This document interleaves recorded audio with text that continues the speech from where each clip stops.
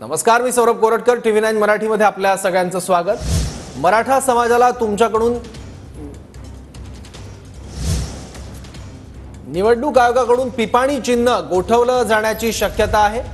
शरद पवार गटाच्या तक्रारीनंतर पिपाणी चिन्ह हे गोठवलं जाऊ शकतं। पिपाणी चिन्हामुळे लोकसभा निवडणुकीत फटका बसला असा आरोप पवार गटाने केलेला आहे, दावा केला आहे। त्यानंतर आता निवडणूक आयोगाकडून पिपाणी चिन्ह गोठवलं जाण्याची शक्यता आहे। कारण जिथे जिथे तुतारी घेतलेला माणूस जे की शरद पवार गटाचं चिन्ह आहे त्याचा उमेदवार होता, त्याच ठिकाणी पिपाणी चिन्ह देऊन देखील उमेदवार उभे केले असाही दावा आहे। याबद्दल आणखी माहिती घेऊ, आपले प्रतिनिधी अक्षय मंकणी आता आपल्या सोबत आहेत। अक्षय, निवडणूक आयोग या संदर्भात काय पावलं उचलू शकतो? सौरभ, निवडणुकीमध्ये फ्री सिम्बॉल म्हणून पिपाणी हे चिन्ह आहे।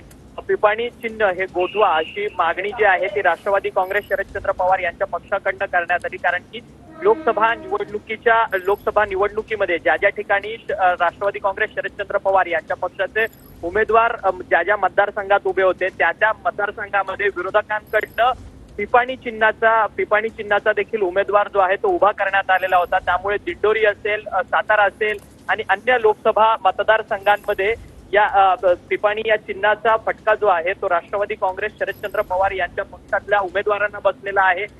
कारण की राष्ट्रवादी काँग्रेस शरदचंद्र पवार यांच्या पक्षाचं चिन्ह जे आहे ते तुतारी वाजवणारा माणूस आहे आणि पिपाणी हे त्याच प्रकारचं एक सिम्बॉल आहे। सिमिलॅरिटी सिम्बॉल असल्यामुळे लोकांमध्ये कुठेतरी संभ्रमता निर्माण होते आणि त्यामुळे मतदानाच्या वेळेस जे मतदान राष्ट्रवादी काँग्रेस शरदचंद्र पवार यांच्या पक्षाला जायचं होतं ते मतदान पिपाणी या चिन्हाला गेल्यामुळे कुठेतरी फटका जो आहे तो पक्षाला बसत आहे। त्याचमुळे निवडणूक आयोगाकडे त्या प्रकारची मागणी करण्यात आलेली होती आणि आज दुपारी 12च्या नंतर केंद्रीय निवडणूक आयोगामध्ये या सगळ्या संदर्भाची सुनावणी आहे। त्यामुळे या सुनावणीमध्ये जे फ्री सिम्बॉल आहे पिपाणी त्यावरती बंदी देखील लागू शकते अशी देखील एक शक्यता वर्तवली जाते।